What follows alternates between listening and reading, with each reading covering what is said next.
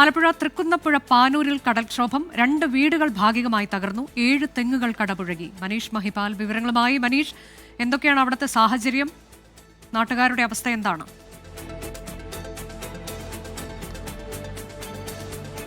അനുജ, മഴക്കാലം തുടങ്ങിയതേ ഉള്ളൂ. ഞാൻ നിൽക്കുന്നത് തൃക്കുന്നപ്പുഴ പഞ്ചായത്തിലെ 12ാം വാർഡ് ചേലക്കാട്, പാനൂരിലെ ചേലക്കാടാണ്. നമുക്ക് ദൃശ്യങ്ങളിൽ കാണാം, ഇവിടെ 2 വീടുകൾ ഏത് സമയവും കടലിലേക്ക് നിലം പൊത്താവുന്ന തരത്തിലാണ് നിൽക്കുന്നത്. ഇന്ന് രാവിലെ മുതലാണ് കടൽ വലിയ രീതിയിൽ പ്രക്ഷുബ്ധമായിട്ടുള്ളത്. 2 വീടുകളിൽ ആളുകൾ താമസിക്കുന്ന വീടുകൾ തന്നെയാണ്. നമുക്ക് ദൃശ്യങ്ങൾ കാണാം, 7ഓളം തെങ്ങ് കടപുഴകി വീണിട്ടുണ്ട്. ഈ വീട്ടിലെ ആളുകളൊക്കെ തന്നെ മാറി താമസിച്ചു, പക്ഷേ ക്യാമ്പുകളൊന്നും തുറന്നിട്ടില്ല. ഇതിന്റെ കാരണം ഈ കടൽക്ഷോഭം ഇങ്ങനെ വന്ന ശേഷം കടല് തീരത്തേക്ക് ആഞ്ഞടിക്കാനുള്ള കാരണം ഇവിടെ കെട്ടിയിട്ടുള്ള സംരക്ഷണ ഭിത്തി പോരാ എന്നുള്ളതാണ്. ആലപ്പുഴയിൽ തോട്ടപ്പള്ളി മുതൽ വലിയഴിക്കൽ വരെ സംരക്ഷണ ഭിത്തി ഉണ്ട് എങ്കിൽ കൂടി, കരിങ്കലിന്റെ ഭിത്തി ഉണ്ടെങ്കിൽ കൂടി, ചില പ്രദേശങ്ങളിലൊക്കെ തന്നെ വർഷങ്ങൾക്ക് മുൻപ് കെട്ടിയ ഈ കരിങ്കൽ ഭിത്തി താഴ്ന്നു പോയിട്ടുണ്ട്. ഇവിടെ അങ്ങനെ താഴ്ന്നു പോയ പ്രദേശത്താണ് കടൽ ആഞ്ഞു കയറുന്നത്. ഈ 2 വീടുകൾക്ക് പിന്നിലായി 100 കണക്കിന് വീടുകളുണ്ട്. ഇവിടെ സാധാരണക്കാരായ ആളുകളാണ്, മത്സ്യത്തൊഴിലാളികളാണ്, മറ്റ് കൂലിപ്പണിക്കാരുണ്ട്.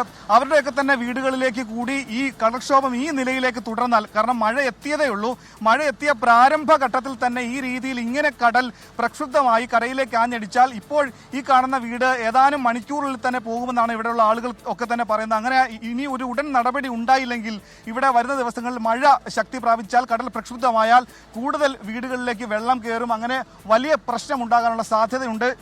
ഈ 2 വീടുകളിൽ ഒരാളുടെ വീടാണിത്. ഇദ്ദേഹം സംസാരിക്കട്ടെ. സാറേ, ഏത് നിമിഷവും നിലം പൊത്താവുന്ന ഒരു അവസ്ഥയിലാണ്. ഞങ്ങൾ കുഞ്ഞും കുട്ടികളും രോഗികളും ഒക്കെ ആയിട്ട് ഒരുപോലെ താമസിക്കുന്ന വീടാണ്.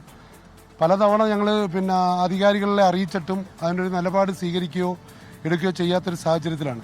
കാരണം ഇത്രയും ഹൈറ്റിൽ അവിടെ ജനതാമസം ഇല്ലാത്ത സ്ഥലത്ത് പുലിമുട്ട് വരികയും ഇങ്ങോട്ടുള്ള സീവാള് കഴിഞ്ഞ കടൽക്ഷോഭത്തിൽ താഴോട്ട് ഇരിക്കുകയും അതിൻ്റെ ഭാഗമായിട്ട് 2 സൈഡിൽ നിന്നുള്ള കുത്തലുകൾ ഈ 2 വീടിനെയും വന്ന് ശക്തമായിട്ട് ആഞ്ഞടിക്കുകയാണ്.